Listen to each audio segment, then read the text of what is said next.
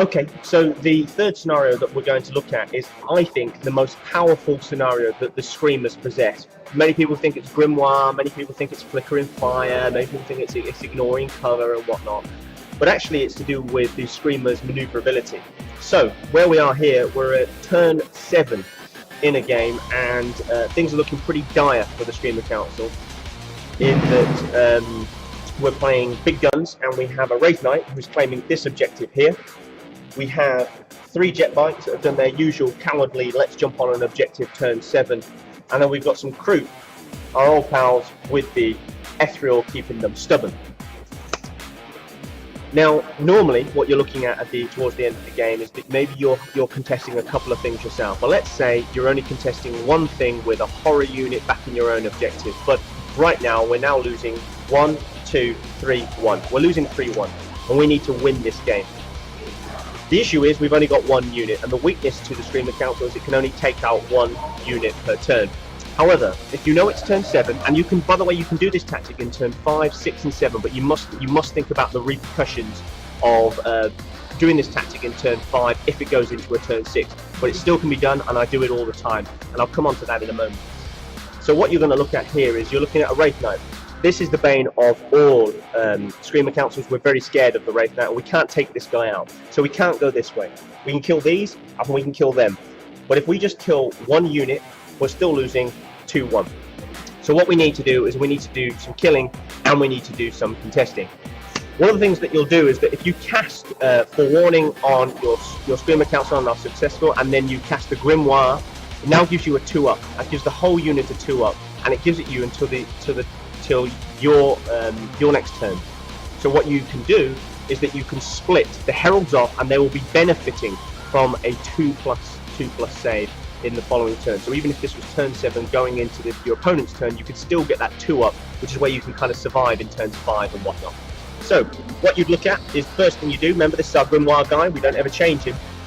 So you're going to move some of your Heralds. So the first thing you'll do is you'll move this Herald, and you'll move him to here.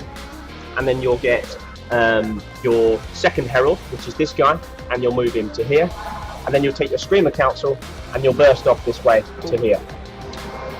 So, what we know is that we are losing 3-1, but by doing this movement, we've already enabled ourselves to contest this objective here, which is in the middle, which means we're now losing 2-1, but we need to win this. We have a Herald here, but the movement didn't allow us to come within contesting range. And we have the option to shoot, but the problem with shooting is that your opponent can always stop it, and you have a boost in your shooting phase. So we move to the shooting phase, and we boost this Herald to make sure that he's 2 inches away from 1 inch away from the opponent, but 3 inches away, and contesting this objective. Our pal here is already contesting, so now what we've brought it back is we've brought it back to 2-all. This is the unit that is the problem, the crew. Now, there are 2 options. The first option is to shoot them off the board, but we've only got 2 Heralds left. The other option is to assault them. And assault them means that we will probably kill them and take them off the board. But we must look at how far we've got. So we've got sort of 12 inches to that guy there, probably brings in 1, 2, 3, 4, 5, 6, and then brings in the rest of the unit. But we have to be careful in case we don't get 12 inches as our assault.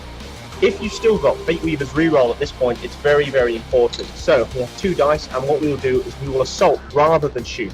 Because if we shoot, and for instance we fail in terms of our psychic test, or the worst thing that can happen is that our opponent rolls a 6 to deny the witch, we're just stranded, and in the end what's going to happen is our opponent is going to beat us. So we are going to roll, see if we can get in. We've got a 9. So what a 9 will do is it will push here, and then overall we're going to get 9 plus the extra 3 when they move in, so it's 12 from here. So 9 moving in. Okay, so we are now in assault, and our Screamer here is within 3 inches of the objective. So even if we're unable to kill this unit, or maybe the Ethereal's left and we're stubborn, we know that we're contesting. If we have our own horrors on an objective, we've won 1-0. We might even won 2-0 if we can wipe out the Crute.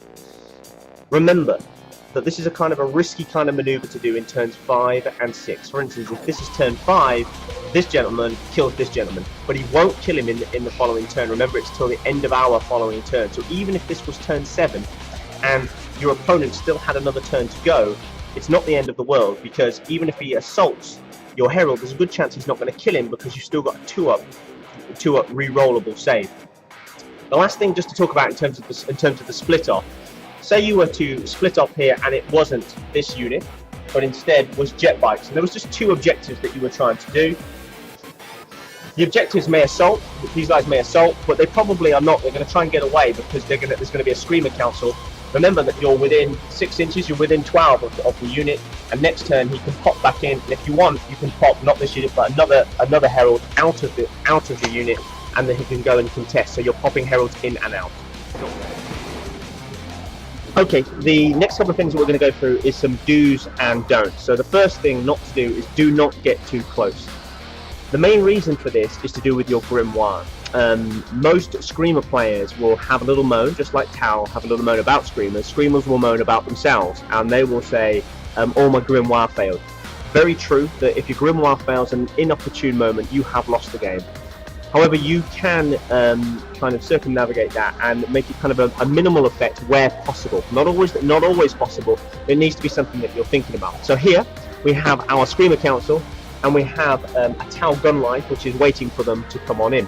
This gentleman's got a burst cannon, you've got a sky ray, the usual devilfish to the nose, and now we've got crisis suits with farsight.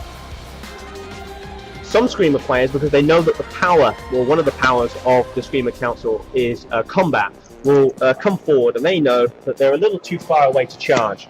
So they'll move 12, and then from moving 12, they'll then come very, very close. So not close enough really to be charged. They'll probably stay at about a 15-inch distance, but they'll come right in front of the gun line, knowing that next turn they're able to get a multi-assault off.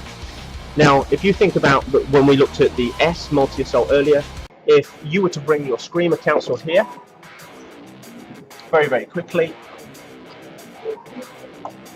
and now you stay sort of 15 inches away, we know that this gentleman's a threat, because he could well come across, because 15 inches, where you move 6, you could get an 8-inch charge quite easily. But you can manipulate your distances. You don't have to be that close. But in the following turn, because of the way that we can move 12, and we can make our S shape to do a multi-assault.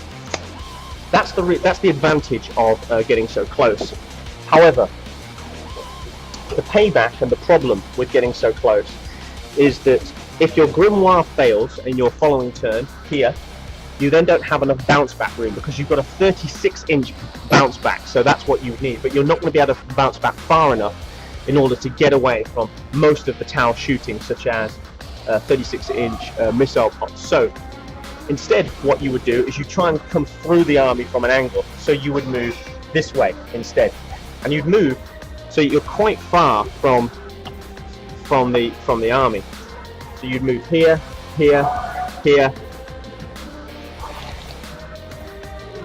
And now what you're looking at is that you are close to this unit, and you're kind of close to this unit, but you're far enough that if you wanted to bounce back 36 inches, you're already 7 inches away from the crisis suit. So their missile pods will not be in range, his burst cannon will not be in range, this guy won't be in range. It's just the long range firepower that you need to worry about, but because you've jumped away, you'll have a 4-up cover save. It's true that these guys can come forward and assault you because of the way that you've strung yourself out. So when you move, you need to make sure that you're quite snug. Even though there is a blast template, it's not an ordnance blast template, so it can't kill our grimoire. So if these guys want to come forward and charge, you're quite confident that you'll just go through them in one turn. It's not a delaying tactic at this point. What it then means is that in his following turn, even if he shuffles back, which is kind of what you're hoping for, you can either get one charge on this unit, or what you can go through is kill the crew, or you can go through and do a multi, but it'll be a smaller multi-assault. So instead of getting sort of 1, 2, 3, 4, so instead of getting sort of four units with a multi-assault going in front of the army, you're only going to get 1 unit, maybe 2 in the following turn. And it's a more conservative way of playing, but it means that if we fail on grimoire, we're sort of 7 inches away from the front unit, we're 13 inches away from the secondary unit, and we're able to jump further back, and it means that the shorter range weaponry at 24 inches, and definitely the 36-inch weaponry is not going to be able to hit the Screamer Council, and then they can come back the following turn. Okay, the next don't change your Herald. One of the mistakes that I see quite often actually on the tournament circuit is that a Screamer player will play for a long period of time, maybe months on end, with the same Herald who takes the Grimoire. So in my case, it's always this guy, this nice painted guy here that looks a little bit different, and look, he's got a book.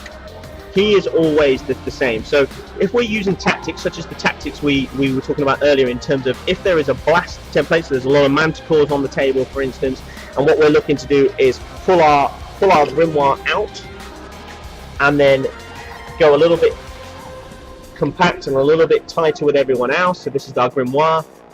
We know from earlier that we're kind of safe. It's only 2 a time they're going to get. But if you change your Herald mid-tournament is the worst mistake. But if you change your Herald, all of a sudden you said to your opponent at the start of the game, this guy is it. This guy is it. Now all of a sudden you're getting 4 over the top rather than the 2, or in the worst case scenarios it's 6 over the top rather than the 2. So once you pick your Herald, that's your Herald for life. Like a dog. Okay, the last thing that we're going to look at is a tactic which we're calling the sweep up. And essentially what you're looking at is that we've said that one of the weaknesses of the Screamer Council is that it can generally only kill 1 unit at a time with shooting. But there are players out there, and some of them are on the site, such as Andrew Humphreys, who we've also had on the podcast, and also on the 40K Global YouTube channel, who will use delaying tactics that are not obvious delaying tactics. One of them is infiltrating recruit. So let's pretend that you've started the game and you've done your usual, where Fatey's off and all the troops are off and only your Screamer Council's on. We have a Tau Armada at the end of the board, and then an infiltrated recruit unit which is in the middle. Now, what you would normally do your first turn is that you try and get as close to your opponent as possible, but your opponent has put infiltrated recruit in the middle. You've got choices. What you can do is you could move forward and you could shoot them. But what I see as a mistake with a lot of Screamer players is that they will move forward and they will shoot the crew. The difficulty with doing this is that if you move forward and you move 12 inches forward and you can shoot the crew, or you can almost shoot them from where you are. So you need to move forward a little bit, move forward and shoot the crew. This unit is now stuck here. Now when they try and bounce forward, here, they're now 24 inches away, but in the Tau player's first turn, he's going to move backwards. So what you've done is you've wasted a turn. You've wasted a moment of shooting, so you've only killed 1 unit rather than 2. So the reason what we're calling this sweep up is that Screamers themselves, that's these little bad boys, not the Herald, have got their own ability where they're able to slash across an opponent in the shooting phase. So what you do is you would move up as far as possible with all of the models.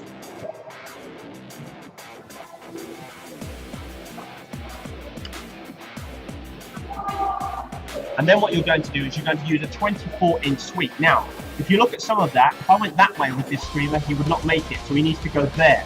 What you're able to use your Heralds for is 2 things: to use the distance to keep coherency when you do it, and then the second thing is to keep your Heralds safe. Your Heralds do not need to sweep. They have not got the ability. What they need to be able to do is that when they land, the Screamers are still protecting them. So these Heralds most certainly could come to here, and then you'll use the front Heralds to go across the top of them here. And that way you know where you are. You're leaving a bit of a gap here, which is where our heralds will stand. This guy here, as we know, can only sweep across here. So now we're saying not only are we sweeping across, but we're protecting our heralds.